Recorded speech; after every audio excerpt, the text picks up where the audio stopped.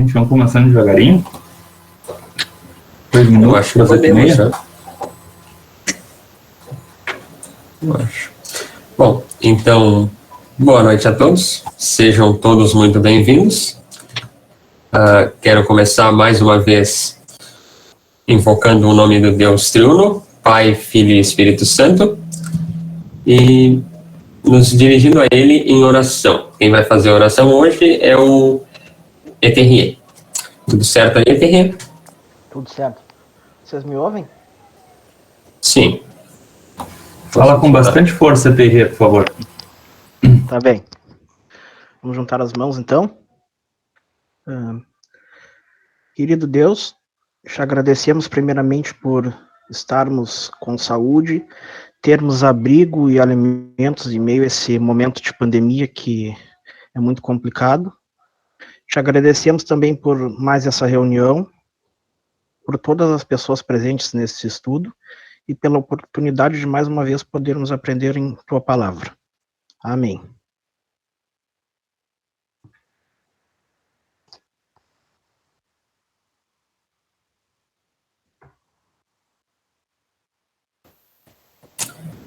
Meu microfone travou aqui. Todo mundo consegue me escutar? Tá bom. Bom, o assunto de hoje é a veracidade da Bíblia, com o pastor Clovis Blanc, de Anguçu. Se o senhor pudesse apresentar, pastor. Então, boa noite a todos. É uma alegria, fico muito feliz pelo convite de poder estar com vocês, podermos conversar um pouquinho.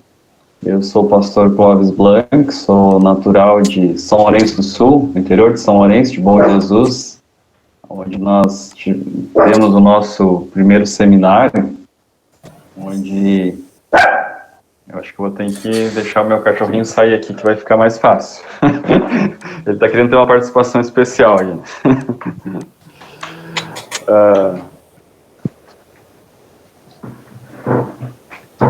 Então, eu sou natural de Bom Jesus, interior de São Lourenço, onde nós temos o nosso primeiro seminário de formação de pastores. Iniciou lá em 1903. Então, nasci em São Lourenço, né? Depois disso, me formei pastor. Antes de me formar pastor, fiz meu estágio em Tailândia, no Pará. Depois disso, me formei. Fui pastor em Itinga do Maranhão, no ano de 2008. Depois, em 2010, aceitei chamado para Imperatriz, também no estado do Maranhão. E lá fiquei até 2013. Junho de 2013, vim para Canguçu. E agora estou há quase 8 anos aqui em Canguçu. Sou casado com a Juliane e tenho uma filha, Ana Cristina, que agora tem 7 meses. Bem novinha, mas já nos dando muitas alegrias também para a nossa família. E pai de pet. Obrigado. E pai de pet, isso vocês já viram, eu sou o pai do Kiko, que já, talvez ele até queira participar mais aqui da nossa reunião. De vez em quando eu faço uma reunião, ele gosta de ter uma participação especial. Pois é, seguido ele tá nas reuniões. As reuniões da ET, ele sempre gosta de participar. Pois é. Bom, pastor, sobre a veracidade da Bíblia, eu gostaria de começar perguntando se é possível. A gente acredita, a gente tem fé, a gente acredita que ela é inspirada por Deus, tudo que está escrito ali. Acho que até as confissões luteranas dizem, cremos, ensinamos, confessamos, que fala do que a gente crê ali, da Escritura Sagrada. Mas a gente conseguiria provar a veracidade? Daí não deixaria de ser fé?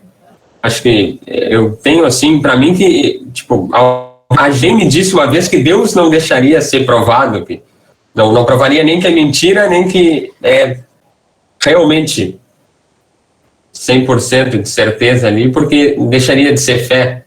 Não sei se isso é válido. A pergunta é muito interessante e quando eu estava pensando em algumas coisas que eu queria compartilhar com vocês, essa temática na veracidade da Bíblia, eu fiquei pensando assim, qual é que é a expectativa que a gente tem para esse estudo? Eu fiquei pensando, a gente está aqui no estudo porque a gente tem um amigo que não acredita na Bíblia, que é ateu, e que várias vezes já disse, como é que vocês acreditam num livro desse? Isso aí foi escrito por homens. Aí a gente pode entrar nessa discussão depois também, né? Escrito por homens ou escrito por Deus? Inspiração humana, inspiração divina. Mas isso é outra questão que a gente pode conversar durante o nosso bate-papo, né? Mas a gente às vezes tem uma expectativa a gente quer achar alguma coisa para dizer, isso aqui é a verdade. E a gente pode, como se diz assim, esfregar na cara de alguém e dizer, olha, tá aqui, ó, tá escrito. Mas como é que a gente vai conseguir provar? Por exemplo, como é que a gente, começando lá no início, né, criação do mundo, há várias teorias quanto a isso, né? A gente consegue provar que Deus criou o mundo? E aí vem a outra questão, alguém consegue provar que Deus não criou o mundo? E quando a gente vem com essa expectativa, né, eu quero achar alguma coisa para que eu mostre para as pessoas a Bíblia é a verdade. É nisso que a gente pode confiar. A gente não vai achar alguma coisa assim que a gente possa provar. Tem algumas coisas que a gente vai trazer aqui no estudo que são muito interessantes para a gente comentar, que para nós são um testemunho vivo e a gente acredita nisso. Mas para quem não tem fé, tu pode usar todos esses argumentos que a gente vai conversar aqui, eles vão dizer, isso aí não tem sentido, eu não acredito. Então, aquilo que a gente tem também nas e o primeiro lugar não mas tem várias coisas que para nós são argumentos muito claros que nos ajudam a mostrar a veracidade da Bíblia, mas é uma questão de fé. Esse é um ponto importante para a gente começar essa nossa conversa, né? Não sei se consegui responder a tua... Isso que o senhor falou de colegas. Eu tinha um colega que ele me perguntou certa vez, eu até fiquei impressionado que ele conhecia bastante coisas da Bíblia, porque ele perguntou como eu podia acreditar num livro que falava que uma serpente falou, uma jumenta falou, uma virgem deu à luz, e assim por diante. Ele foi citando inúmeros exemplos de coisas que, se não é Deus, não tem como acontecer. Mas esclareceu perfeitamente. Outra dúvida é como que chegaram à conclusão de que estes 66 livros são inspirados por Deus, mas o livro do fulano lá não é inspirado por Deus? Como se chega a isso? É uma pergunta bem importante, né? Quando a gente chama de cânone, né? Cânone vem de uma... cânon, é como se fosse, a gente podia traduzir como vara de medir, quer dizer, é uma medida. Encaixa dentro de uma medida. Foram encontrados vários escritos e aí tem algumas coisas que dentro desses escritos foram analisados e a partir disto se definiu, esses são os 66 livros que compõem a Bíblia. Eles não foram escritos num mesmo período, por um mesmo autor, e estavam prontos com a Bíblia que a gente tem hoje. Não foi assim que isso aconteceu, né? Foram vários escritos que foram encontrados, e aí, a partir disso, há uma análise de algumas coisas. Vou lembrar de algumas coisas aqui. Por exemplo, a centralidade da Escritura aponta para a salvação em Jesus. Esse é um grande ponto. Algo que saia disso, ou que ensine, ou que fale algo contrário a isso, não entra. Não entra no cânone, aí a gente fala cânone, essa vara de medir, onde isso se encaixa. O que não entra nisso, então, não pode fazer parte do cânone. Outra questão bem importante é a datação. Quando é que isso foi escrito? Por exemplo, livros do Antigo Testamento, a gente tem o livro de Malaquias, que foi escrito 400 anos antes de Cristo. Esse foi o último livro do Antigo Testamento. Tem escritos que foram escritos depois, e aí a gente entra nos livros chamados apócrifos ou deuterocanônicos. Quem tem a Bíblia católica, se alguém já viu, ou já leu, ou tem algum colega católico, vai ver que aquela Bíblia tem mais livros. E uma das questões é essa, que eles foram escritos em períodos diferentes.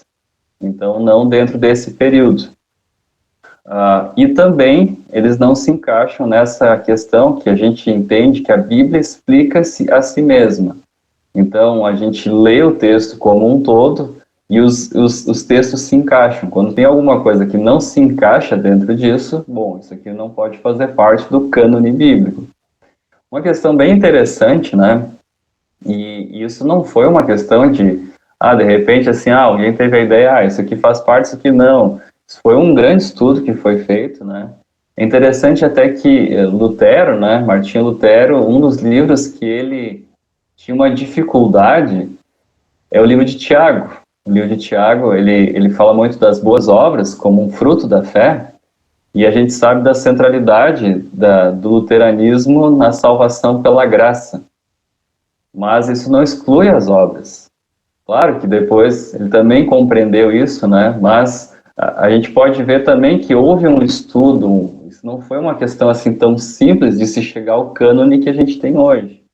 Mas hoje a gente pode dizer, a Bíblia explica-se a si mesma, isso é um dos princípios básicos de interpretação, e nesse sentido a gente pode olhar os textos mais difíceis à luz dos mais claros, porque existem textos bem difíceis dentro da Bíblia, né? E quando a gente, que tu falou, né, Alisson, né, tem algumas coisas que são importantes da gente lembrar, por exemplo, que uma jumenta falou que alguém nasceu de uma virgem, Jesus nasceu de uma virgem. Então isso é uma questão de fé. Como é que isso é a questão do sobrenatural, e a gente acreditar que Deus faz isso, né? Assim como a criação do mundo, como é que a gente vai provar que Deus criou o mundo? A gente tem o conhecimento, que a gente olha, a gente vê a natureza, para nós isso é a criação de Deus. Mas se alguém disser que isso surgiu de uma explosão, aí é uma outra questão que a gente pode discutir, né? Quem é que tem que ter mais fé? Eles também têm que ter fé, né? Tem que ter fé que o mundo surgiu de uma explosão, também requer fé. Quem não acredita na Bíblia também requer fé, mas fé em outra coisa. E aí, essa é uma questão também interessante, né? Em que nós cremos?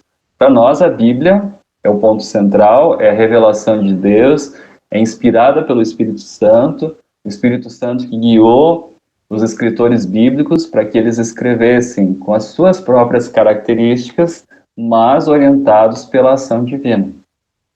Então, mais ou menos por aí. Pastor, acho que a gente deve partir também de um pressuposto, né, que a Bíblia é a palavra de Deus, né? A discussão toda, muitas discussões começam quando querem colocar na Bíblia que ela apenas contém a palavra de Deus. Mas, pelo contrário, ela é a palavra de Deus integralmente, né? Aí, partindo desse pressuposto, sim, aí, pela fé, a gente consegue, às vezes, tentar racionalmente, não, mas pela fé, compreender o nascimento numa virgem, né? Ela é a palavra de Deus. Muito importante isso, né? Para nós, isso é um dos princípios básicos nossos, né? Que a Bíblia ela não significa, não simboliza, ela não contém, né? Mas ela é. E existem várias teologias hoje, né? Que tem uma leitura diferente da Bíblia, né? Nós temos uma leitura chamada histórico-gramatical. Então, a gente lê e entende que aquilo é orientado por Deus, é a palavra de Deus. E tem uma outra leitura que é a chamada histórico-crítica, que tu olha a Bíblia, mas com um olhar que ela contém a palavra de Deus, exatamente isso que tu disse, né? Ela contém, então, algumas coisas ali, isso aqui é a palavra de Deus, mas isso aqui não, isso aqui foi escrito pelo autor ali, que teve uma ideia lá, que ele colocou alguma coisa. Mas nós entendemos que a Bíblia é a palavra de Deus, e isso faz muita diferença, né? Então, de novo, né, aquilo que a gente começou ali no bate-papo lá no início, né, a gente tem que partir desse pressuposto, que é uma questão de fé. Não adianta a gente querer dizer que a gente tem algumas coisas que podem nos ajudar, a própria Bíblia tem textos bíblicos que nos mostram, né, que nos apontam algumas coisas que é a palavra de Deus, e algumas coisas extra-bíblicas que também podem nos ajudar, mas requer fé. Se a gente não tem fé, a gente não tem como até dialogar com alguém, né? Se alguém disser, não, eu não acredito, bom, tá bem, né? Eu posso querer mostrar várias coisas, mas se a pessoa não tem fé, a gente não vai conseguir construir um diálogo, né?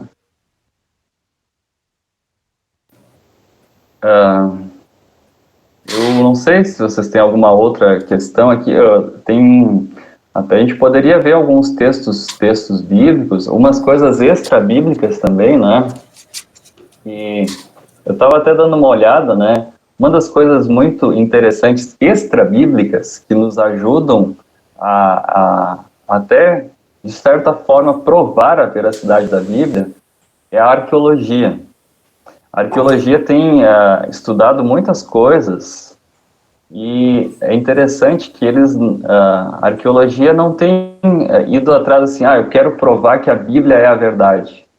Mas várias coisas foram encontradas, foram achados, né, que ajudam a provar o que a Bíblia nos diz, né. Por exemplo, não sei se vocês já ouviram falar dos escritos do Mar Morto, lá em 1955, acho que foi, eu não lembro agora a data exatamente, mas eram pastores de ovelhas que estavam ali pastoreando, né, e um deles jogou uma pedrinha dentro de uma caverna e ouviu um pote se quebrando. E aquele pote que se quebrou, depois ele entrou na caverna, era um escrito onde continha na íntegra o livro de Isaías. E um escrito muito, muito antigo. Então, olha que bênção de Deus, né?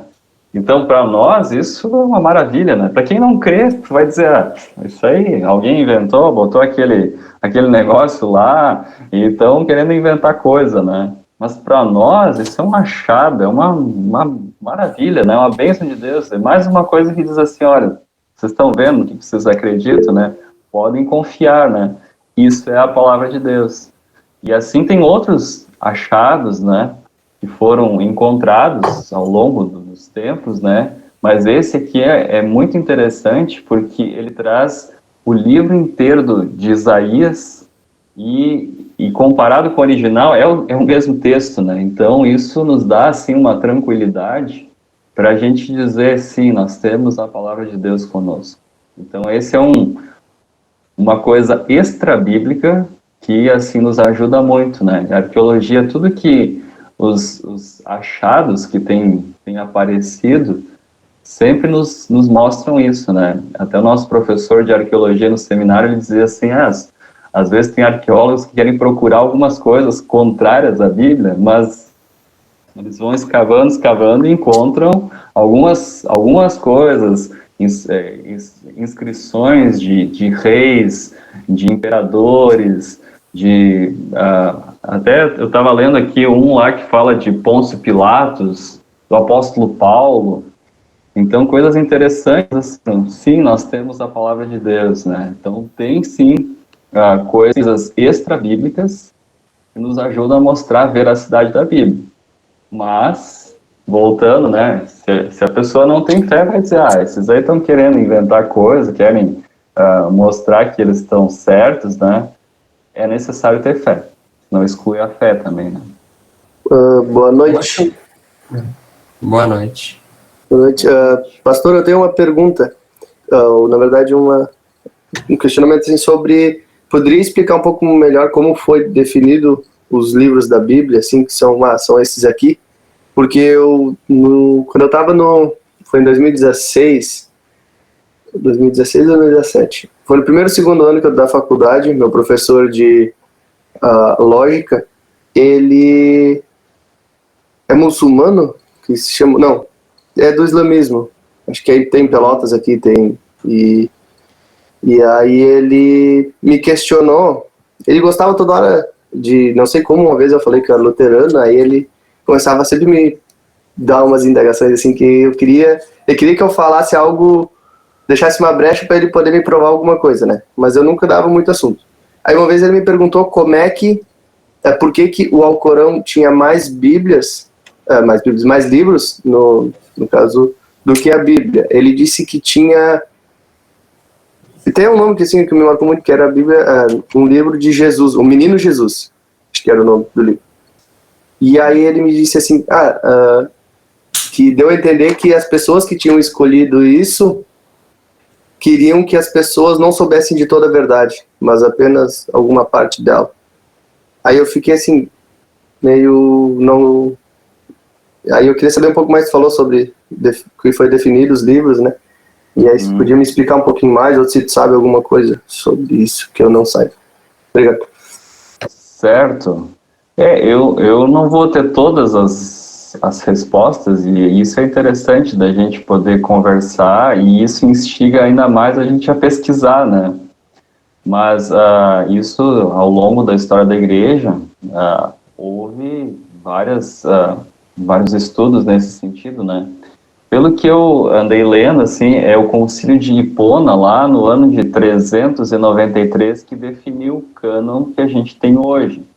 Depois, os outros escritos deuterocanônicos ou apócrifos, eles foram acrescentados. Mas, então, houve vários estudos, né? Até Lutero, depois, ele questionou o próprio livro de Tiago, né? Mas essa questão de pessoas dizerem que alguns querem esconder a verdade, é tudo uma questão de fé. Quando a gente for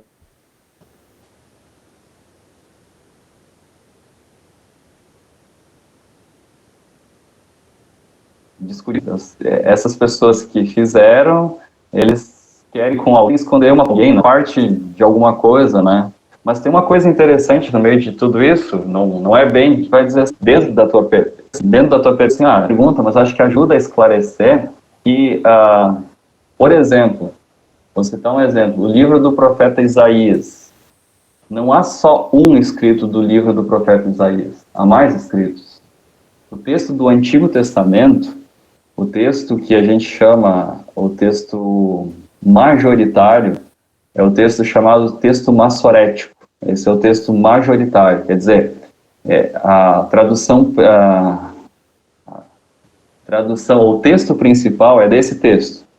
Mas aí foram achados outros rolos desses livros, né, desses vários livros do Antigo Testamento, e aí foi feito comparações.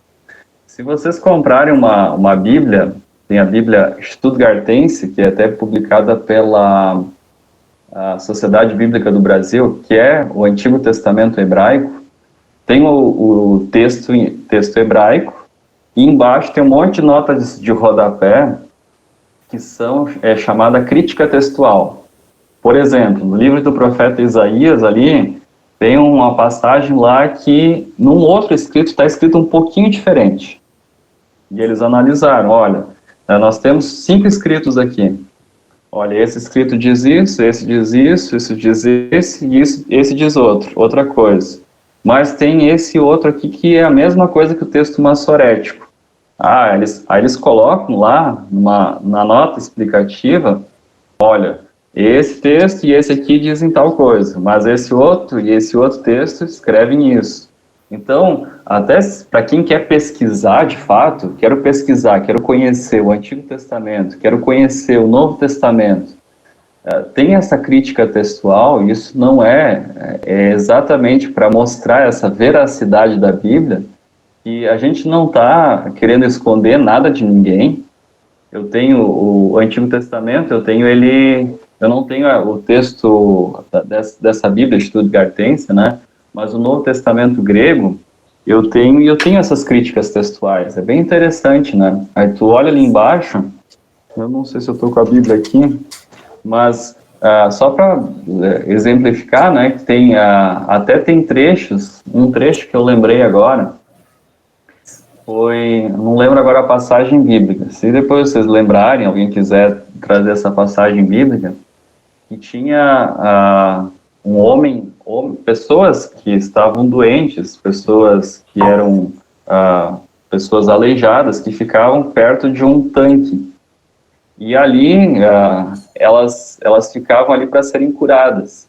E tem uma passagem na Bíblia que diz assim, quando um anjo tocava naquela água e aquela água se mexia, aí as pessoas iam e tocavam naquela água, né? E essa passagem está entre colchetes.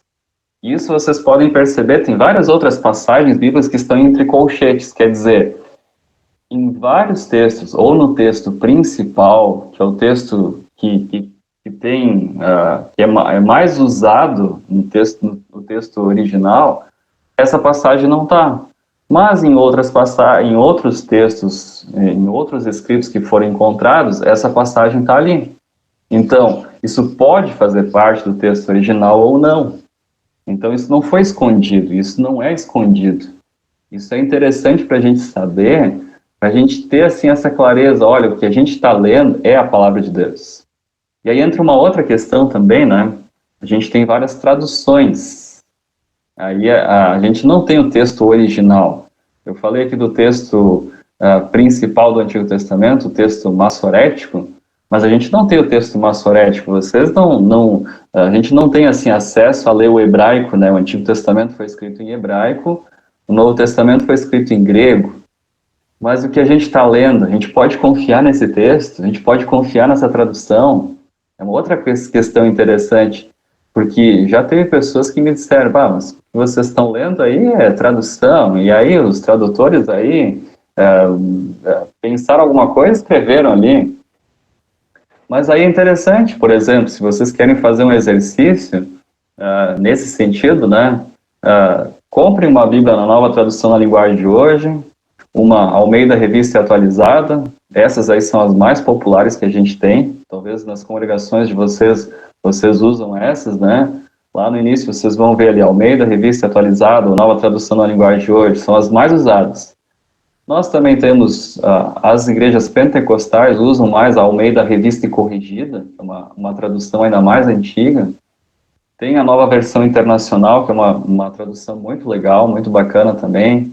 Tem a Bíblia Católica, eu tenho a Bíblia de Jerusalém, que tem os livros a mais, mas também uma tradução muito legal, muito bacana da gente ler. E a gente pode comparar essas traduções. E aí também, o texto que a gente lê, por exemplo, existem diferenças nas traduções. A Nova Tradução na Linguagem de Hoje, quem lê ela, ele é um texto mais explicativo. A Almeida Revista e Atualizada é um texto mais, tenta traduzir mais literalmente.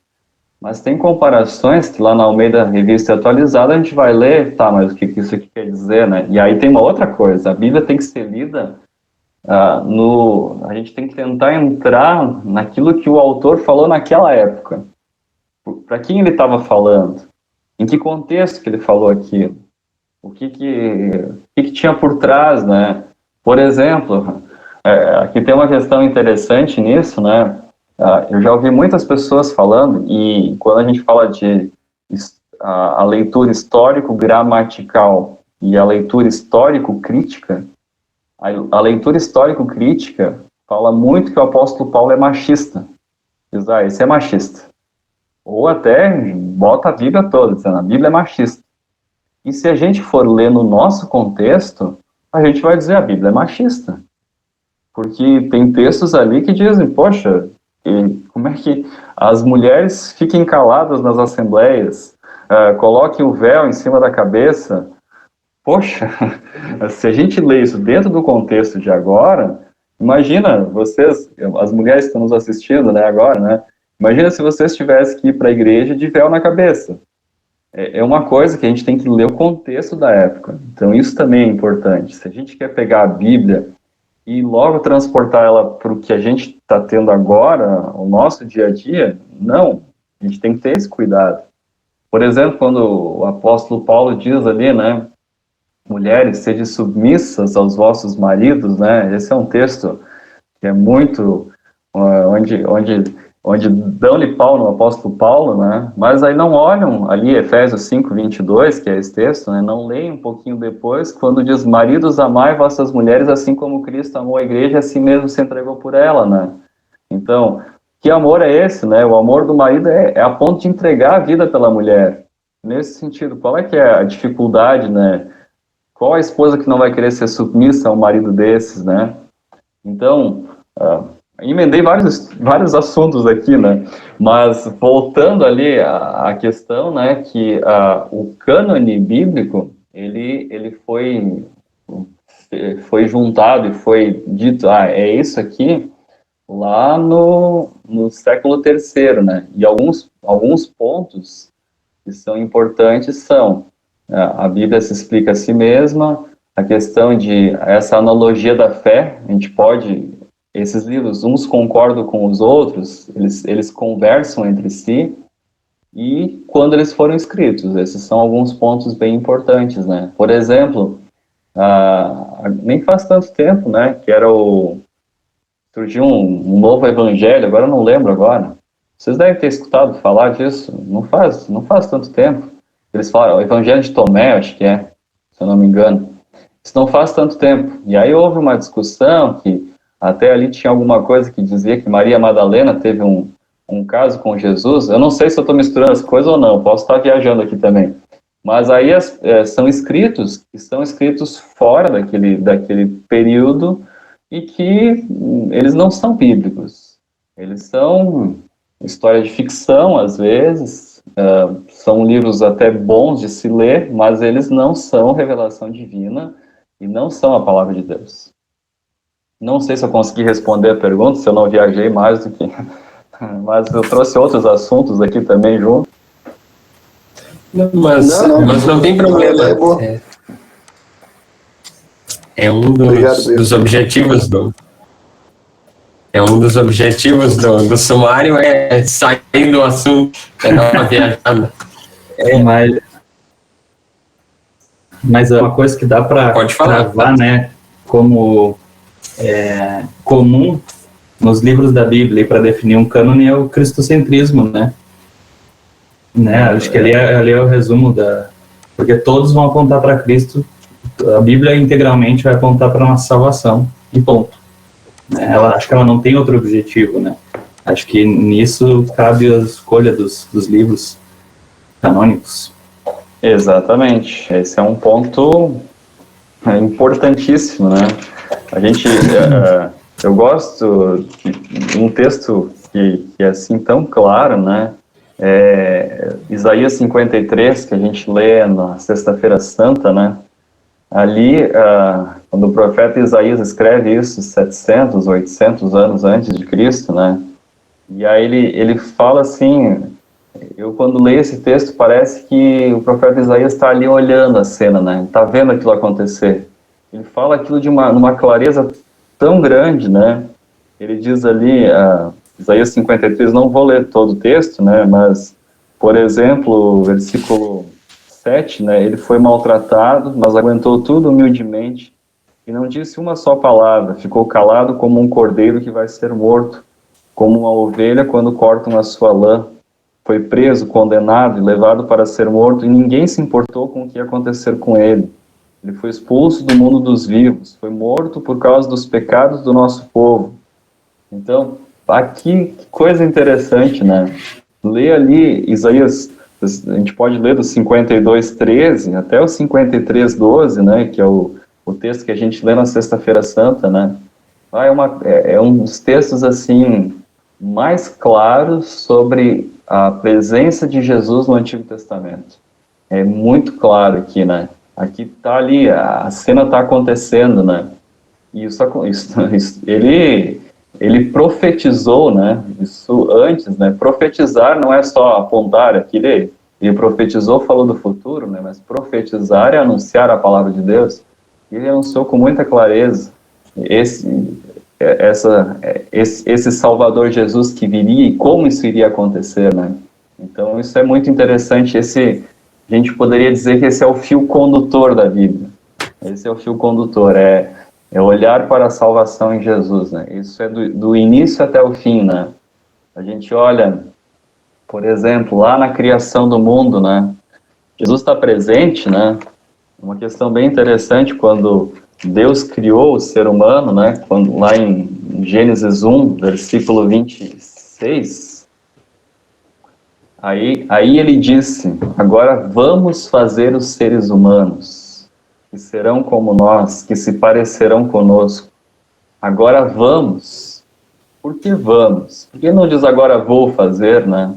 Vamos porque ali está a presença da Trindade, Pai, Filho e Espírito Santo. E aí a gente olha a palavra criadora, quando Deus criou as coisas, né? Então Deus disse várias vezes, né? Em Gênesis 1, e aí a gente olha para o Evangelho, João, capítulo 1, lá no início, né? No Evangelho de João, antes de ser criado o mundo, aquele que é a palavra já existia. João 1:1. Ele estava com Deus e era Deus. Desde o princípio a palavra estava com Deus. Quer dizer, a palavra depois explica, né? E isso é interessante, o que é essa palavra? Versículo 14 explica, né? A palavra se tornou um ser humano e morou entre nós, cheia de amor e de verdade. E nós vimos a revelação da sua natureza divina, natureza que ele recebeu como filho único do Pai. Então, como essas coisas se encaixam, né? Como é interessante isso, né? É muito, muito bacana, né? A gente olhar, ler a Bíblia e como essas coisas, elas fazem sentido, né? Alguém uma vez disse assim, mas Jesus estava presente lá na criação? Ele não nasceu da Virgem Maria? Como é que é isso, né? Agora embaralhou tudo, né? Não, ele estava ali presente, ele estava em espírito, ele não era o verbo encarnado, né? A palavra não tinha se tornado um ser humano, Deus ainda não tinha se feito um ser humano, mas ele estava ali, a presença do Pai, do Filho e do Espírito Santo. E aí a gente pode conectar, né, ali, que a gente fez essa conexão com João 1, que diz ali que antes de ser criado todas as coisas, antes de ser criado o mundo, aquele que é a palavra já existia. Então é muito interessante como essas coisas se encaixam, né? Eu vi que tinha uns comentários aqui também, né? Deixa eu ver. A Luísa colocou... Encontraram alguns restos da Arca de Noé. Vi um tempo atrás também. Várias coisas foram encontradas. Tem a arqueologia, que é uma arqueologia séria, né? Mas, infelizmente, também tem muito charlatanismo. Um tempo atrás eu vi que estavam vendendo pregos da cruz de Cristo no Mercado Livre, né? Então, e não é brincadeira, é sério isso. Estavam vendendo pregos da cruz de Cristo, né? E não eram só 4, 5 pregos, eram muitos pregos, né? Então, Jesus, os pregos que foram usados naquela época, provavelmente não estão em bom estado hoje, né? Mas pedaços da madeira, da cruz de Cristo, né? Então, existe sim, existe muita coisa da arqueologia que é uma questão séria, né? E pedaços da Arca de Noé, sim, também. Mas tem muitas questões que as pessoas também, a gente tem que ficar de olho aberto, porque às vezes as pessoas querem enganar, né? Querem enrolar e querem às vezes ganhar dinheiro, infelizmente, né? Querem vender coisas que na verdade não são, né? Então também tem isso, né? Tipo, na época de Lutero, tem aquele filme de Lutero, né? Quando Lutero vai pra igreja, aí tem os ossos, não sei de que, o crânio de João e tal. Eu fiquei tipo, nossa, que gente iludida. É bem isso, Luiz, exatamente, é bem isso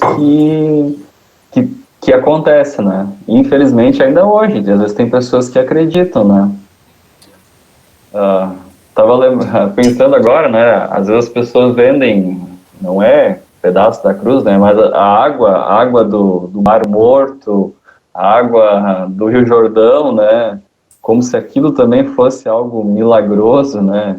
Isso é outro assunto, né? Mas às vezes as pessoas usam essa questão da fé, e aí uma questão interessante nisso que a gente está falando, acho que encaixa muito bem na nossa temática, né? Uma questão é a gente ter fé e acreditar no que é a palavra de Deus, mas ela não é uma fé, né, vamos dizer assim, burra, cega, que, eu não posso conhecer, eu não posso estudar. Não, a gente tem que conhecer, a gente tem que estudar, a gente tem que se aprofundar. Isso sim, isso é muito importante. E quanto mais a gente estuda, quanto mais a gente se aprofunda no conhecimento bíblico, mais a gente pode dizer, sim, é a palavra de Deus. Mas também, infelizmente, alguns acham, não, para acreditar na Bíblia, tu não pode ter ciência. Ciência e religião são opostos. Eu acho que não, não são opostos. A ciência está aí para nos auxiliar, a ciência no sentido de estudar a Bíblia, de estudar o que aconteceu, da arqueologia, ela só está aí para nos ajudar, não para complicar ou para fazer com que a gente não creia no que está escrito na Bíblia, né? Quanto a isso, assim, eu queria comentar, né? Muito ceticismo sobre a Bíblia vem por causa justamente dessa vontade de provar as coisas, né, da ciência, muitas vezes, né? O senhor falou antes dos escritos do Mar Morto, se eu não me engano, eles são mais antigos que a Bíblia, né? A Bíblia não é o primeiro relato, né? A Bíblia não é a primeira escrita do universo. Né? Se eu não me engano, são os escritos do Mar Morto, né? E tanto Sim. que eles achavam que a Bíblia era um compilado de narrativas humanas, né? De cópias das histórias como é que eu vou dizer? Narrativas também da criação, do dilúvio, enfim, eles tinham lá um deus deles, toda uma cultura, né, uma tradição que foi passando. Então, os cientistas diziam que a Bíblia, então, era uma cópia daquelas tradições, né, e nisso se pôs a Bíblia também em risco, né. Uhum. Esse é um dos argumentos dos cientistas, né. Não lembro direito dessa história. A gente estudou no início agora desse semestre, não lembro direito, mas sei que era mais ou menos isso aí. Uhum. É verdade. Isso é muito interessante, né? Como a ciência, nesse sentido, nos ajuda, nos auxilia e as coisas vão encaixando, né? Na verdade, bacana, né? Mas isso é bom, né? É bom. É bom porque isso, na verdade, comprova que todo o Oriente lá conhecia a história do dilúvio e da criação. É verdade. Na verdade, era mais um relato, né? Só que não queria dizer que uma era cópia da outra, mas que existe outro relato que realmente houve uma criação, né? Houve o dilúvio, essas coisas. Verdade. Eu estava lendo, tem um outro, não sei se vocês já ouviram falar do prisma de Senaqueribe. Esse também é um outro achado, né? Não sei se vocês já ouviram falar. Deixa eu colocar aqui uma imagem para vocês do prisma de Senaqueribe. E aí até tem uma escrita lá. E essa escrita, ela encaixa com o 2 Reis, capítulo 19, né? Isso eu agora não lembro em que museu que está isso, né? Mas é um outro achado, né? Que também comprova o que a Bíblia nos mostra, né? Vou colocar aqui para vocês a imagem. Se vocês colocarem no Google prisma de Senaqueribe, vocês já vão encontrar essa imagem, né? Ali está o texto que está escrito nesse prisma, né? E isso também para nós, é mais uma coisa que nos mostra, né, a veracidade da Bíblia. Assim como outras coisas que também nos mostram, né? Mas esse também é um achado, né? E esse foi escrito, provavelmente, a gente não sabe exatamente quando é que isso foi escrito, né? E tem algumas partes que estão mais difíceis de ler, mas tem trechos que mostram e apontam também, e então em conexão com o que está escrito na Bíblia, né? Então também é uma coisa interessante. Assim como outros, né? Esse aqui eu achei interessante de também compartilhar com vocês. Eu estava lendo, tem vários outras coisas que já foram encontradas, que ainda são encontradas, né? Um professor nosso do seminário, ele foi fazer umas escavações, né? Ele não fez nenhum achado desses, né? Mas ele falou o cuidado que esses arqueólogos têm, né? E aí tem uma outra questão que ele também a gente discutia, né? Que é a datação dos fósseis. Aí é uma coisa interessante, né? Ele falava que um dos produtos usados é o carbono 14, e esse carbono 14, ele data com precisão até, eu não lembro agora quantos anos, né? Mas acho que em cerca de 3, 4 mil anos. Depois disso é chute. Então, quando se diz assim, esse fóssil aqui foi encontrado há milhões de anos, isso também é uma questão de fé. É uma questão de fé, não é uma questão que tu tem alguma coisa cientificamente, acho que até hoje ainda não se tem isso, né? Mas uma coisa científica que tu consiga provar, dizendo, esse fóssil tem tantos milhões de anos. Então, tem produtos que são utilizados, mas esses chegam até uma datação. A partir disso, aí já é questão de fé também, né? Acreditar que, por exemplo, há uma discussão bem forte quanto aos dinossauros, né? Pessoas encontraram fósseis de dinossauros. Então, nós, como cristãos, a gente vai dizer que os dinossauros não existiram? Claro que existiram. Se encontrou fósseis, tu vai dizer que não existiram? Claro que existiram. Mas quando é que eles existiram? Deus criou eles. Então, eles fazem parte da criação de Deus.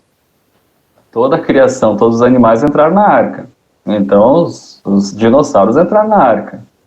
Depois, em algum momento, que a gente não sabe, eles desapareceram. E até um professor nosso diz assim, mas como é que tu sabe que desapareceram? Vai que tu encontra um dinossauro algum dia ainda, né? Ele estava brincando, né? Mas assim como outros animais foram extintos, né? Mas querer mostrar que a Bíblia... isso é uma das questões, né? Que a Bíblia, ali os escritos mais antigos, tem 2.000, 3.000 anos antes de Cristo, né? E aí dizer, os dinossauros existiram antes, então... Não, os dinossauros também foram criados por Deus. E a gente pode ter tranquilidade quanto a isso. Deus criou eles também, assim como Ele criou as outras plantas, os outros animais, mas em algum momento eles desapareceram. A gente não sabe como. E essa parte aí fica na nossa dúvida, assim como a gente tem muitas outras dúvidas, né? Muitas outras perguntas. Pastor, mas então aquela história de... Eu sempre escuto os mais antigos falarem que, quando se fala em dinossauros, eles falam, mas se existiram, teriam que existir até hoje. Então isso não necessariamente todos os animais que foram criados no início, não necessariamente tem que existir até hoje. Não necessariamente, né? Porque se a gente for olhar, tem fósseis. Então, como é que a gente vai dizer que não existiram? Se estão ali os ossos, né? Não tem como a gente dizer que não existiram. Existiram, a gente não tem problema quanto a isso, né? Mas, assim como outros animais entraram em extinção, e hoje até se fala de alguns animais que entraram em extinção há pouco tempo, ou estão em perigo de extinção, né? Assim, os dinossauros, em algum momento, desapareceram. Quando, como, de que forma, não sei. Aí eu já não sei explicar. Isso nós vamos ter que escrever num bilhetinho, botar no bolso. Quando a gente chegar no céu, aí a gente pergunta, Jesus, e os dinossauros? Eu queria saber onde é que eles desapareceram, como é que foi essa história, né? Então, assim, tem outras questões, né? Quando a Bíblia também nos diz isso, né? Que tem várias questões que a gente não tem resposta. João 20, versículo 31, né, ele diz, Jesus fez diante das pessoas muitos outros sinais, outros milagres que não estão escritos neste livro. Mas estes, quer dizer, a Bíblia, esses estão escritos para que vocês creiam. E para que crendo tenhais vida em meu nome, Jesus diz. E aí também, quando a gente olha para a Bíblia, qual é que é o objetivo da Bíblia? A Bíblia não é não é um livro assim, eu tô com uma curiosidade, vou ali procurar, tipo um Google da vida, né? A gente tá com uma dúvida, joga no Google, lá o Google vai responder. Não, a Bíblia é um livro para que a gente creia que Jesus é o Filho de Deus. Que a gente creia que Jesus é o nosso Salvador. Esse é o objetivo da Bíblia. Ele não é para... Claro que tem muitas curiosidades, muitas histórias legais. De fato, isso aconteceu e nós cremos nisso, né? Mas ele não é um livro para a gente ficar procurando tirar essas dúvidas. Por exemplo, os dinossauros não explica, né? E agora eu lembrei de uma outra questão, quando a gente fala do Novo Testamento, né? Tem um escritor do primeiro século chamado Flávio Joséfo. E esse escritor, ele era um historiador e ele também falou sobre os acontecimentos da vida de Jesus. Então isso é interessante, né? É um livro extra-bíblico, um escrito extra-bíblico, um escritor, um historiador do primeiro século, que também escreveu coisas que aconteceram na vida de Jesus. Também é um fato, assim, dizer, olha, não é uma coisa que as pessoas inventaram essa história de Jesus, mas tem pessoas que deixaram isso registrado, né? Esse é um historiador do primeiro século, Flávio Joséfo, que também nos mostra, assim, que aquilo que a gente está lendo é de fato a verdade, é a palavra de Deus. Sobre os dinossauros, né? Eu escutei uma versão, uma hipótese, né? Que eu não sei se eu pergunto para o professor se eu não vou ser expulso do seminário, mas uma hipótese que eu achei assim interessante, baseado ali em Gênesis 6, versículo 4, né? Ora, naquele tempo havia gigantes na terra, enfim, desse pequeno trecho do versículo ali, alguns deduzem que os dinossauros foram extintos no dilúvio. Pois é. Eu já tinha escutado isso. Eles não entraram na arca. Aí fica no ar agora também. Essa é uma questão, sei lá, né? E no dilúvio fala, pode ser, sei, mas que eles existiram, né? E quando ali fala de, por exemplo, o dilúvio, né? Entre na barca, capítulo 7, né, de Gênesis. Você e toda a sua família, leve junto, versículo 2, com você 7 casais de cada espécie de animal puro e um casal de cada espécie de animal impuro. Isso aqui é interessante, né? Eu me criei pensando assim que Noé e a sua família colocaram sempre um casal de cada espécie, né? Mas aqui diz, né? 7 casais de cada espécie de animal puro e um casal de cada espécie de animal impuro. Então tinha animais que foram 7 casais. Não sei se vocês chegaram a se dar conta disso. Talvez não tenha sido literalmente esse número 7, né? Não, acho que foi literalmente. Por quê, Bruno? Porque os animais puros, eles eram os animais dedicados ao sacrifício. Porque aí depois, imagina, tu vai fazer um sacrifício de animais, se tem só um casal já era, né? Entrou só a vaca e o touro ali, aí tu sacrifica ou a vaca ou o touro, já era, né? Aí extinguiu, né? Então era, por exemplo, o cordeiro, né? O cordeiro era um animal puro, ele era o animal do sacrifício, né? Ali até depois do dilúvio, né? Noé constrói um altar, e ali diz, construiu um altar para oferecer, Gênesis 8, versículo 20. Noé construiu um altar para oferecer sacrifícios a Deus o Senhor. Ele pegou aves e animais puros, um de cada espécie, e os queimou como sacrifício no altar. Então, mas voltando à questão ali, né, não se sabe. Esse Gênesis capítulo 6, essa parte do versículo 1 até o versículo 8, é uma parte complicada de interpretar na Bíblia. Isso eu sei que no tempo do seminário a gente lia quando fala dos gigantes, né? Então, é uma parte complicada, né? Complicada no sentido, assim, uma parte mais difícil de entendimento. E tem textos na Bíblia que são de mais difícil entendimento. Mas isso não dificulta a parte central da Bíblia. Isso é importante, né? É isso aí. Por isso que eu não vou perguntar, porque eu já vejo o professor me perguntando o que que isso implica na tua salvação. Nada. Então não adianta saber. Não precisa perguntar. Pois é. Ali não era para colocar todos os animais que estavam vivos ali, né? Não sei. Né? Tem coisas que são hipóteses, né? Essa é uma hipótese que tu trouxe, né? Dizer que não pode ter sido isso, para mim, eu acredito que ali entraram todos os animais na arca. Para mim, isso é uma interpretação que eu entendo dessa forma, né? Os dinossauros também entraram. Mas, aí também dizer e afirmar, porque ali diz, né, leve junto com você, mas ali dos animais que ele tinha, se algum animal foi extinto antes, também não está escrito aqui, né? Tem algumas pessoas que teorizam sobre isso, que falam... É um pouco... essa alçada que tu puxou, de que todos os animais entraram, com aquele parênteses, assim, de que o dilúvio mudou muito em relação ao clima, em relação à disponibilidade de alimento, em relação a várias coisas. E o dinossauro não é um bichinho pequeno, né? Então... Muitos teorizam que poderia ter desaparecido depois disso, depois do dilúvio.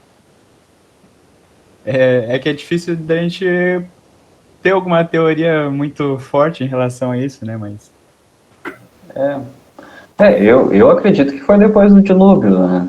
E aí uma vez alguém disse assim para mim, acho que foi até num estudo assim, mas pastor, a arca era grande, mas colocar um dinossauro lá dentro, mas quem disse que era um dinossauro adulto, né? Era um dino baby.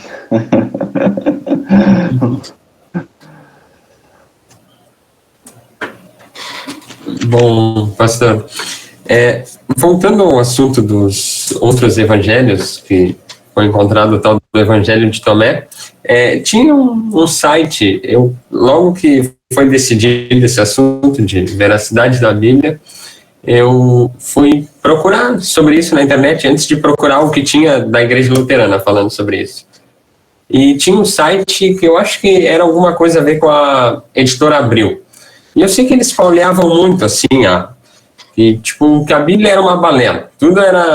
Eles traziam vários ali para dizer que não era verdade. E daí traziam esses evangelhos. Mas o que mais me chamou a atenção eles pegaram até o texto dos próprios evangelhos que estão na Bíblia para falar de algumas, eles chamavam de contradições. Por exemplo, tem um caso lá que João, acho que é João que cita 3 ou 4 pessoas junto com Cristo ali perto da cruz, e daí o outro evangelho já cita diferente, e vai mudando, assim. Essas várias versões, de certa forma, podem ir contra a veracidade da Bíblia? Por que é diferente?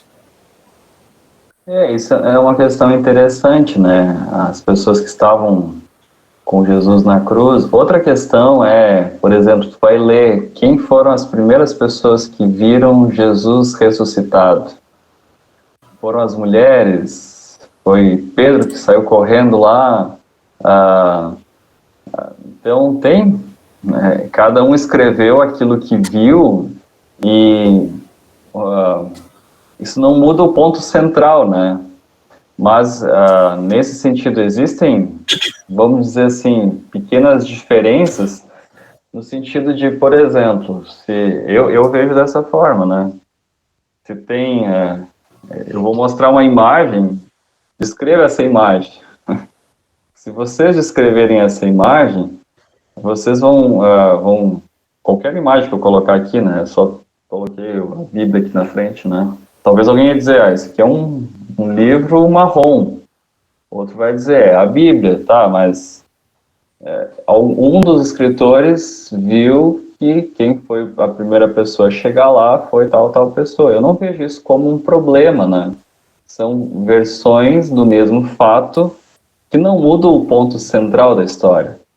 Mas aí, de novo, quem quer arrumar problemas, quem quer achar um erro na Bíblia, ele vai achar essas questões que, para nós, a gente não vai esconder isso, né? As pessoas que foram encontrar, ver Jesus ressuscitado, se a gente for olhar nos evangelhos, vai ter diferenças. Eu não lembro agora exatamente, né? Mas se a gente for ler ali o Evangelho de João, o Evangelho de Lucas, tem diferenças. Quem foram as primeiras pessoas que encontraram? Foram 2 mulheres, foram 3 mulheres. A conversa de Jesus com Marta, que ela achava que era um jardineiro que estava ali cuidando, e onde é que estava o meu Senhor, né? E aí depois ela reconhece Jesus, né? E aí a gente vê que os evangelhos, eles pegam focos diferentes, mas o ponto central é o mesmo. Tem diferença na quantidade de pessoas? Tem, mas eu não vejo isso como um problema. Quem quer achar um problema vai achar que isso é um problema. Eu vejo dessa forma, né? Mas o ponto central é o mesmo, não muda. A questão da fé não muda, a questão de Jesus de fato ter morrido, ter ressuscitado ao 3º dia, essa questão permanece, né? Então, eu não vejo isso como um problema, mas tem pessoas que veem isso como um problema e aí, de novo, a visão histórico-crítica ou quem quer achar essas coisas na Bíblia para arrumar um problema, dizer que tem coisa errada aí, né? Algo que também me chamou a atenção é que eles levantavam um ponto que isso, durante a semana, me gerou bastante dúvida. É que se toda a Escritura, toda a Bíblia é inspirada por Deus, e foi Ele que, digamos, ditou o que eles tinham que escrever, por que há peculiaridades entre eles? Um escrevia de uma forma, usava um certo vocabulário, o outro usava outro tipo de vocabulário.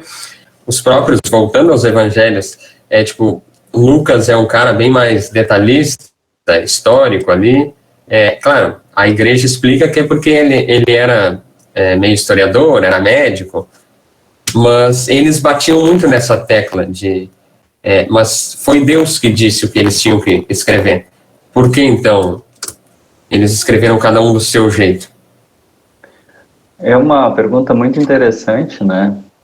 Que eu vejo que Deus, ele não... Até na inspiração divina, o Alisson colocou aqui, né? Eles não eram marionetes, exatamente. Eles não eram assim... Eles tinham faculdade mental, intelectual, exatamente isso que o Alisson está dizendo aí, né? Eles tinham as suas peculiaridades. Por exemplo, Mateus, ele era uma pessoa que conhecia muito bem o Antigo Testamento. E aí tu vai colocar lá, ele diz assim como... E ele vem puxando o Antigo Testamento. Por exemplo, tô abrindo aqui, né? Mateus 2, versículo 5, eles responderam, na cidade de Belém, na região da Judeia, pois o profeta escreveu o seguinte, olha, já puxa o Antigo Testamento aqui, né? Então, Mateus tem assim está escrito. Assim está escrito, exatamente. Muitas vezes, né? A gente pode... Isso é uma característica de Mateus, uma característica pessoal dele, né? Marcos já é um cara direto, assim. Ele não floreia, né? Ele é direto ao ponto, né? Lucas já é detalhista, né? Quando a gente vai ler o nascimento de Jesus, né? Lucas, os detalhes, né? Mateus também fala, Marcos nem fala do nascimento de Jesus. João fala, mas João, ele fala no sentido teológico, ele não relata o acontecimento histórico. Então, cada um tem a sua forma de escrever. Eles tinham as suas faculdades mentais, as suas capacidades, e Deus usou dessas capacidades para que eles falassem, né, Hoje nós também falamos orientados por Deus, não no sentido de inspirados, que a gente vai agora escrever um livro bíblico, né? Mas a gente tem capacidades, cada um vai falar do seu jeito, né? A gente não... a gente tem as nossas características pessoais, e se hoje a gente fosse escrever um evangelho, talvez a gente escrever um mas que tal? Talvez eu ia escrever num sentido assim, né? Porque é a nossa característica, né? Viu, o Alisson ia escrever assim, né? Cada um tem o seu jeito, né? A sua peculiaridade. E se a gente fosse relatar um fato, qualquer acontecimento, a gente fosse escrever, nenhum de nós ia escrever nas mesmas palavras, da mesma forma. Todos nós íamos escrever, e depois a gente ia olhar assim, legal, aconteceu a mesma coisa, todos relatam a mesma coisa, mas de jeitos, de formas diferentes. E assim também foi com os escritores bíblicos. Eles tinham as suas capacidades, Deus usou dessas capacidades para que eles... Isso não deixa de ser inspiração divina, né? E aí entra naquela questão que a gente estava falando, né? É palavra de Deus, é palavra de seres humanos. É palavra de Deus e orientou, inspirou seres humanos com as suas capacidades para que escrevessem e deixassem registrado aquilo que eles, orientados por Deus, precisavam deixar registrado. Aí tem outro porém, né, lá do início, né, entre conter a palavra de Deus e ser a palavra de Deus, porque se ela apenas contém toda a Bíblia, perde seu valor, porque os seres humanos erram, são passivos de erros, né? Exatamente. Então a gente não pode desconsiderar uma frase da Bíblia. Toda ela integralmente é a palavra de Deus. Exatamente, isso mesmo. Isso é bem isso, exatamente. Bom, sobre os... Pode falar. Só ia comentar ali sobre os dinossauros e coisa. A Sabrina levantou uma hipótese lá no chat. Interessante. Eu estava olhando os comentários aqui antes, eu parei depois, né? Até o Bruno também até comentou antes, né? O Alcorão, que é o livro dos muçulmanos, acredito por eles como a versão mais fiel da palavra, considerado pelos seus seguidores como a palavra literal de Deus. Eles veem as outras religiões, outras versões de Bíblia, no caso, como incompletas ou alteradas, ou seja, não teria toda a verdade na visão deles. É uma questão de fé, né? Então, nós acreditamos que nós temos a Bíblia inspirada por Deus, é uma questão de fé, e eles também acreditam que o Alcorão também é uma questão de fé pessoal deles, né?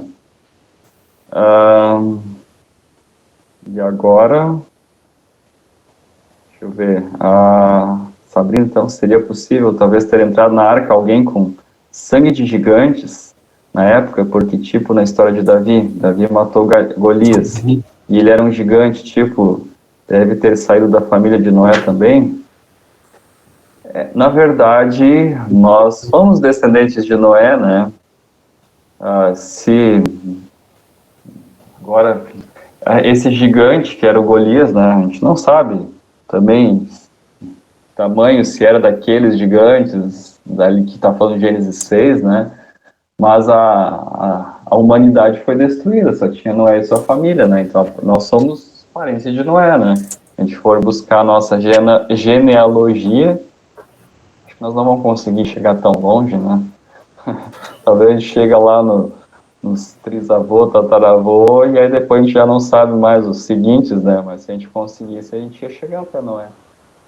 Ia passar por tantas descendências, né?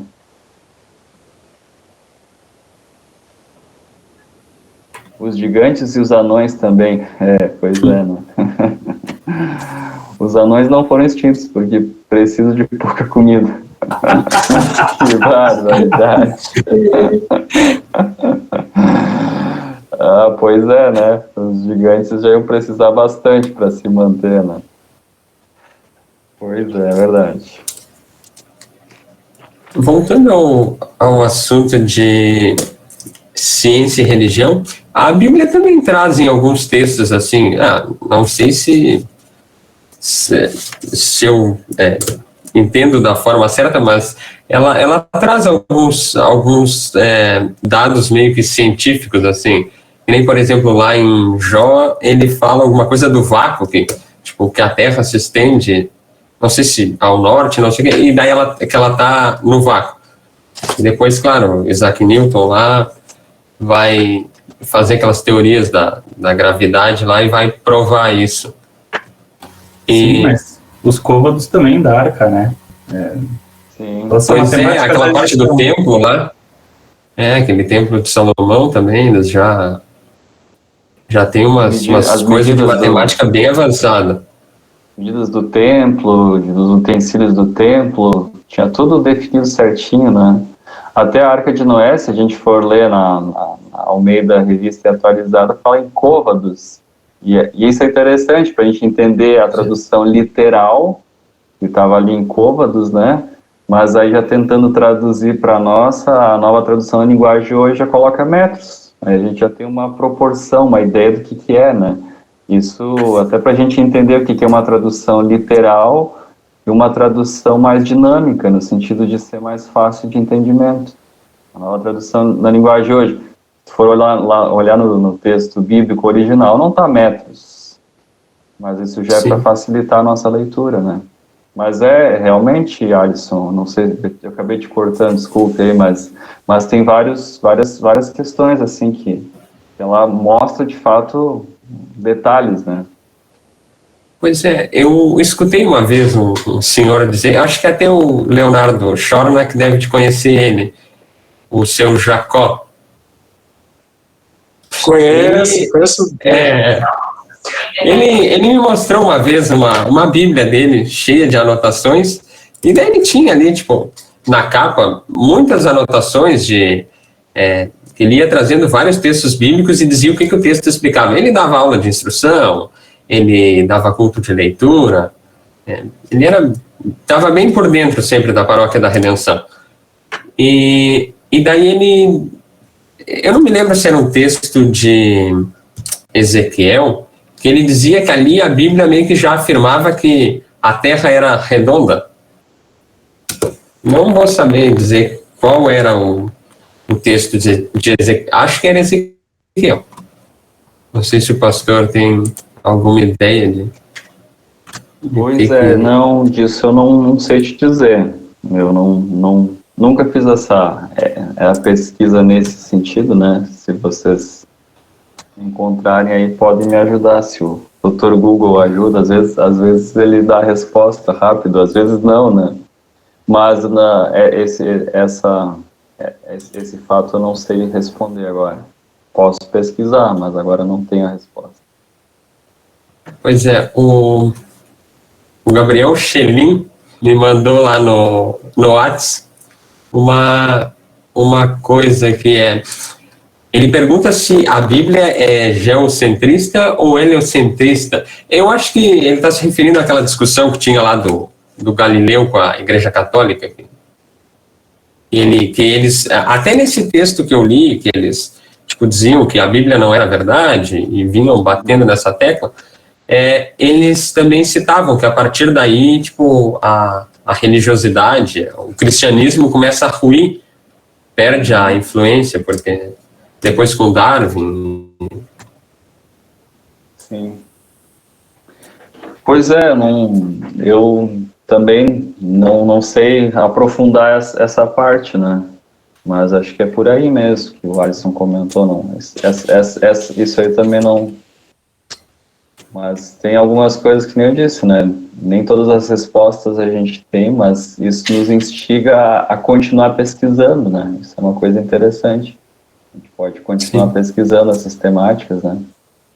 Uma curiosidade que eu achei interessante, até de comentar com vocês, né?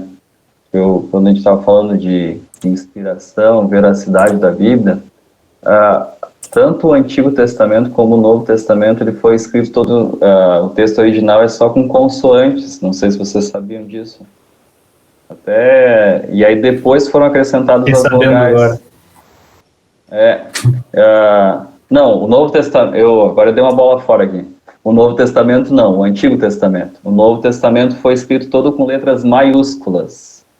Deixa eu corrigir aqui. Eu até vou mostrar para vocês aqui. Eu até separei, peguei umas imagens da internet só para ilustrar. Isso é uma curiosidade. Eu sempre achei isso aqui bem interessante. E aí eu pensei, vou trazer isso aqui para vocês. Se eu não me engano, as vogais do hebraico entraram 300 ou 700 anos depois de Cristo, né? As vogais. Eu não sei exatamente a data, mas foi bem séculos depois. Olha aqui, ó, aqui não sei se vocês estão vendo a mesma imagem que eu, né? Mas à esquerda, como vocês estão vendo, sim, à esquerda não tem as vogais. As vogais são os pontinhos, aqueles pontinhos. Dizia um professor nosso de hebraico, professor Assir, né?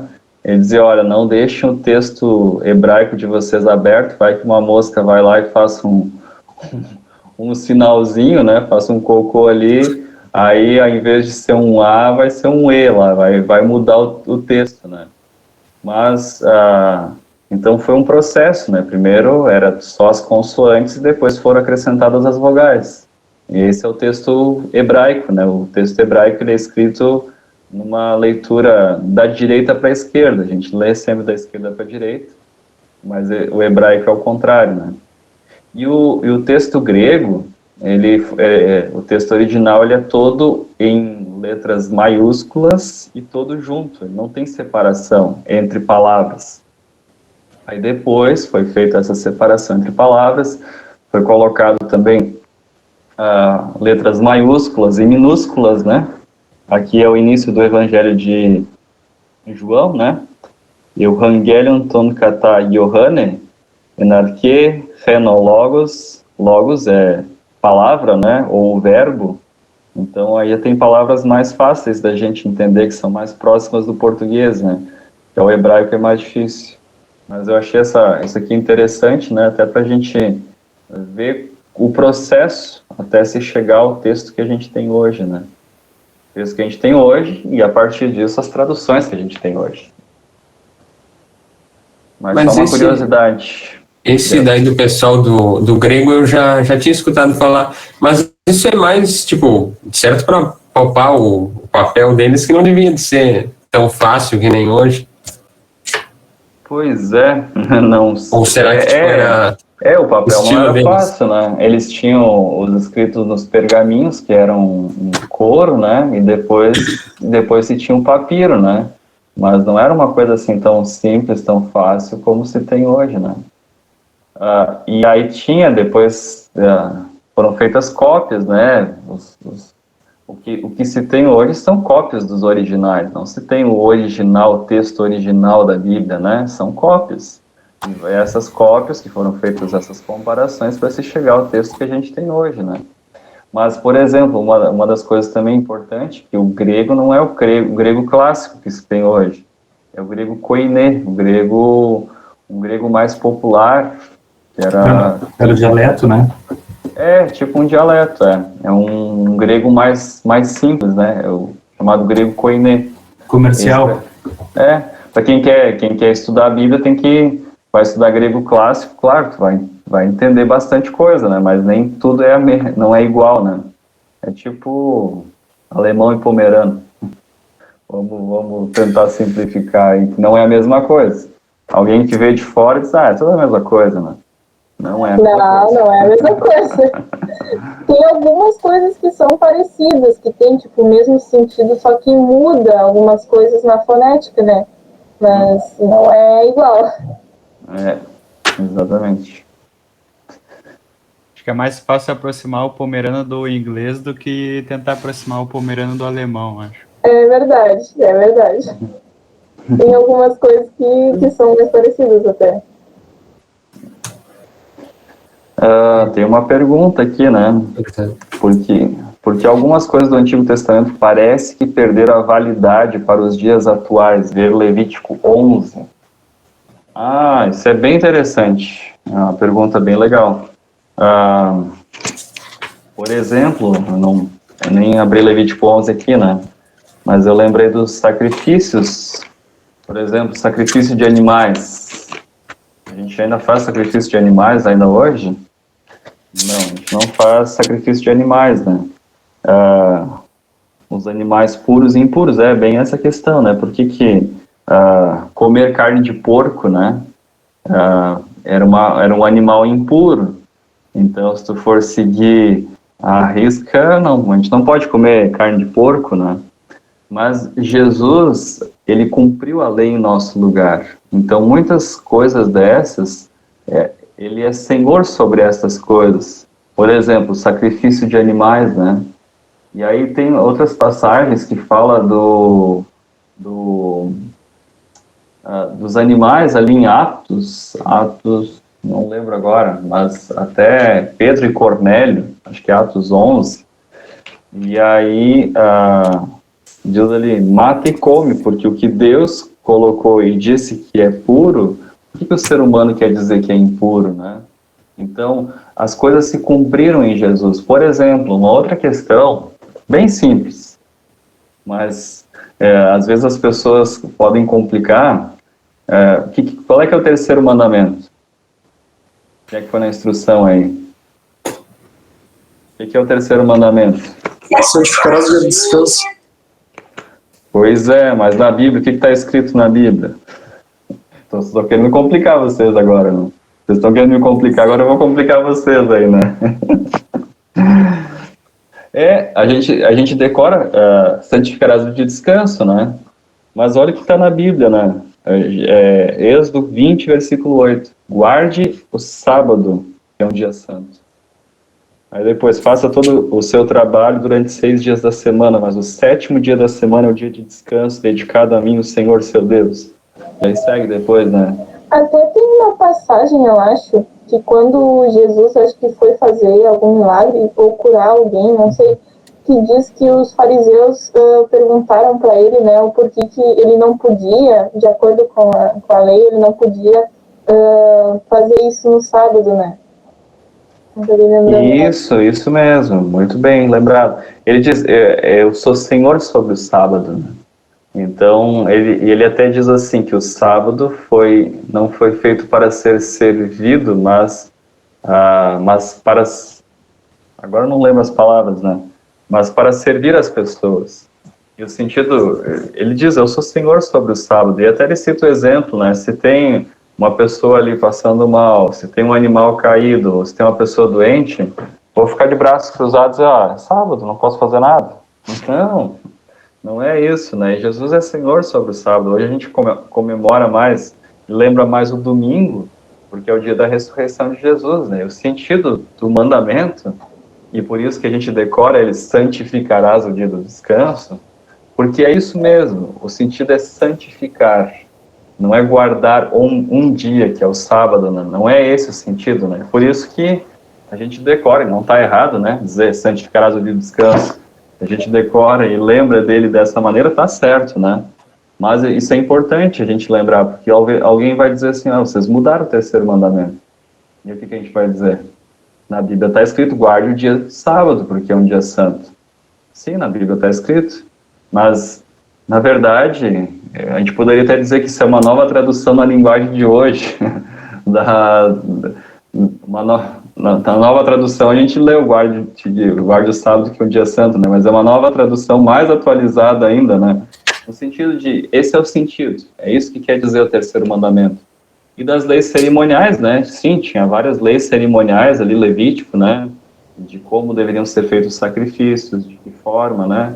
Mas aí a gente olha para Hebreus, ou olha outros textos, né? Que Jesus veio para ser o sumo sacerdote, para ele se oferecer de uma vez por todas, e aquelas leis cerimoniais já não são mais necessárias, porque ele fez tudo isso em nosso lugar. Então, muitas coisas não é que elas foram excluídas, mas elas foram cumpridas em Jesus. E aí, a partir disso, a gente tem uma nova visão, e muitas dessas coisas, elas acabam, a gente não tendo mais a obrigatoriedade de cumprir essas leis, né? Por exemplo, o sacrifício. Jesus fez isso de uma vez por todas. Não precisa ser mais repetido. E aqui é uma coisa interessante, essa conexão entre Antigo e Novo Testamento, né? O que lá no Antigo Testamento o sumo sacerdote fazia? Ele levava os sacrifícios do povo, o povo levava lá o cordeiro, levava lá para ele pegava e fazia o sacrifício. E aí o Novo Testamento diz lá que Jesus, ele não levou o sacrifício de animais, mas ele foi em nosso lugar. Ele é o sumo sacerdote, ele cumpriu de uma vez por todas. A gente não precisa mais fazer isso. Agora a gente tem que olhar para ele, confiar nele, né? Então essa conexão muito, muito íntima, né? Muito próxima entre Antigo e Novo Testamento, que é muito interessante. Né? Eu ia perguntar isso que o Alisson perguntou ali no chat, se os judeus fazem isso ainda, essas cerimônias todas. Olha, não sei responder para vocês assim, né? Algumas leis cerimoniais, por exemplo, a circuncisão dos meninos, eu acho que sim. Eu acho que eles ainda fazem. Sim, circuncisão, sei que eles fazem. Sim, teve agora, eu lembrei de onde é que foi? Foi até um professor do seminário, eu acho, que um filho dele nasceu em outro lugar e lá era padrão. A criança nasceu, antes de sair do hospital ela era circuncidada, não sei se era por causa da lei ou se era por causa de... Eles entendem que é uma questão de higiênica, né? Mas aí é uma outra questão, né? Mas acho que sim, eles mantêm várias leis cerimoniais ainda. Não sei se mantém todas aquelas leis, né? Isso eu também não sei responder. Pois é, o Alisson citou ali no chat, talvez aboliram o sacrifício de animais. Tá, mas a gente não faz esse tipo de coisa porque Cristo cumpriu. E eles, quem é que cumpriu então, se eles não fazem algo? Acho que eles acreditam que Jesus ainda não veio, né? Pois é, não é. Daí como é que algumas coisas eles vão deixar de fazer? Pois é, isso fica muito contraditório. Fica estranho, quem é que sabe? cumpriu? Quem é que cumpriu isso para eles? Por exemplo, lá, para eles Jesus veio, mas Jesus é um personagem histórico, que não é o Messias. Essa é a grande questão, né? Porque até quando Jesus ele é rejeitado, Jesus entra em cima de um jumentinho, né? Para eles, Jesus não é o Messias. Para nós, o Messias prometido do Antigo Testamento se cumpre em Jesus. A gente vê ali a promessa de Isaías, vê Jesus, é ali, esse é o cara, né? É ele, né? Ele é o Salvador, né? Só que para eles não. Ele foi rejeitado pelos seus, eles não acreditaram, eles estão aguardando ainda, estão esperando a vinda do Messias ainda. Essa é a expectativa deles, né? Interessante. Alguém tem alguma pergunta ainda para fazer? Quer comentar algo aí? Não havendo, eu acho que... Douglas? Não, eu só ia comentar que mais cedo o pastor, ele falou sobre, às vezes, esse encontro, né, de histórias, podemos dizer assim, científicas, não, mas a base de algumas teorias com a Bíblia, né, e eu debatendo com o pastor, conversando com o pastor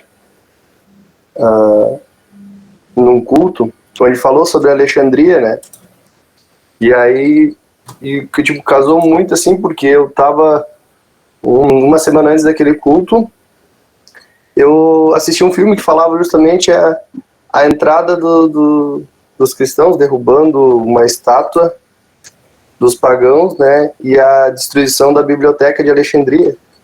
E aí, então, tu vê que não foi feito do nada, assim, né, tipo, alguém escreveu sobre isso, né. Isso cada vez parece que reforça mais nossa fé, a gente tá aprendendo a coisa certa, né. Isso... Só com um comentário assim. Sim, não, muito interessante. Antes até eu falei, né, tem textos bíblicos, eu acabei não citando, né, mas tem vários textos bíblicos, um deles que é mais claro, assim, né, para nós, é 2 Timóteo 3,16, mas vocês devem lembrar e devem conhecer esse texto, né, que diz, pois toda a escritura é inspirada por Deus e é útil para ensinar a verdade, condenar o erro, corrigir as faltas e ensinar a maneira certa de viver. Isso para que o servo de Deus esteja completamente preparado e pronto para fazer todo tipo de boas ações.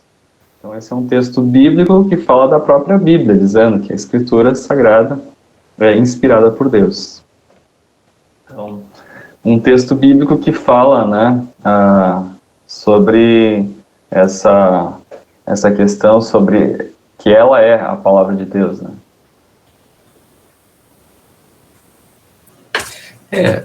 Essa conservação dos textos ao longo dos... Parente do pastor Andriel. Essa conservação dos textos ao longo dos anos até, de certa forma, para nós, é uma prova de que realmente é a palavra verdadeira. Porque se for comparar, acho que com, por exemplo, pessoal, os gregos lá, esses filósofos, comparar a Bíblia e os textos deles, a Bíblia tem muito mais textos ainda em bom estado, digamos. Tem muito mais versões de textos do que o pessoal dos gregos, por exemplo, os filósofos, esses Platão, Aristóteles. Verdade, é verdade. Eu só queria fazer um comentário agora que lembrei aqui. O pastor falou antes sobre alguns textos que, em algumas versões que foram encontradas, ia mudando. E na Bíblia, na Nova Almeida, tem um texto lá em Atos 9, eu acho, que eles até citam isso lá embaixo, na parte de rodapé, que se chama, e eles dizem, Atos 8:37. E daí eles marcam ali do lado e colocam assim: o texto entre colchetes se encontra apenas em manuscritos mais recentes. Não sei se é tipo isso que o pastor estava se referindo àquela hora. Exatamente, é bem isso, né? Ali, esse é um dos exemplos, exatamente. Quando diz, né, Filipe, o encontro de Filipe com o alto funcionário da rainha da Etiópia, né, ou eunuco, na outra tradução, né, o eunuco, e aí eles têm aquele bate-papo lá, e aí ele não estava entendendo, Filipe explica, e aí é interessante esse texto, né, porque aí depois ele explica, depois ele é batizado. Veja que tem versículo 36, né, enquanto estavam viajando, chegaram a um lugar onde havia água, então o funcionário diz, veja, aqui tem água, será que eu não posso ser batizado? E aí essa parte do versículo 37, Filipe respondeu, se o Senhor crê de todo o coração, é claro que pode. E o funcionário diz, sim, eu creio que Jesus Cristo é o Filho de Deus. E aí a gente até pode pensar nesse texto, né, se isso não tivesse no texto, isso ia mudar o sentido? Porque ele antes já tinha falado, ele disse assim, aqui tem água, será que eu não posso ser batizado? Se ele já perguntou isso já demonstrava que ele tinha fé. Então, Filipe iria batizá-lo. Então, aquela outra parte ali, se ele perguntou, né, se o Senhor crê de todo o coração, é claro que pode. Então, aquilo como se fosse um acréscimo. E aí eles entenderam que aquilo podia ser acrescentado ou não. É um exemplo bem legal, Alisson, que tu trouxe, né? É bem isso, né? São questões que pode estar ou não, mas não muda o sentido original do texto, né? Pois é, o Alessandro comentou ali no chat. O versículo 37 não está presente no original grego. Tá, é o caso da conclusão do Pai Nosso, por exemplo. Que isso. Na Bíblia tá ali, mas... Isso mesmo. Sempre com essas piadas aí, Alisson, tá ficando sem graça já.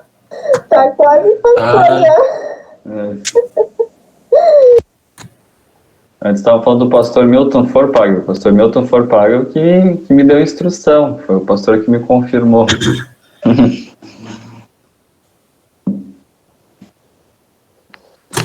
Mas, Bom, sim. alguém... desculpa, pastor, pode... Não, da minha continuar. parte era isso, pode ir bem tranquilo. Tá. Só uma dúvida aqui que não tem nada a ver. Tu é de onde, Alessandra?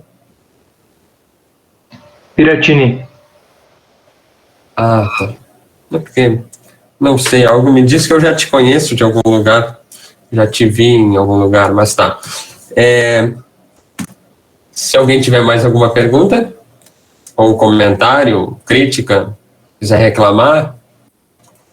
Talvez, hein, Alisson, não... talvez tu conhece o Alessandro do seminário, não? Ou não? Já está no seminário? Não tá em vistas de ir para o seminário? Como é que... Porque o Alessandro, ele é aluno do seminário também. Ele é de Piratini. Pois é, não, mas o Alessandro tá no seminário, eu não. Ah, bom, então tá. Não, é que, não sei, tinha alguém aqui na Emanuel que era muito parecido com ele. Ah, bom. Mas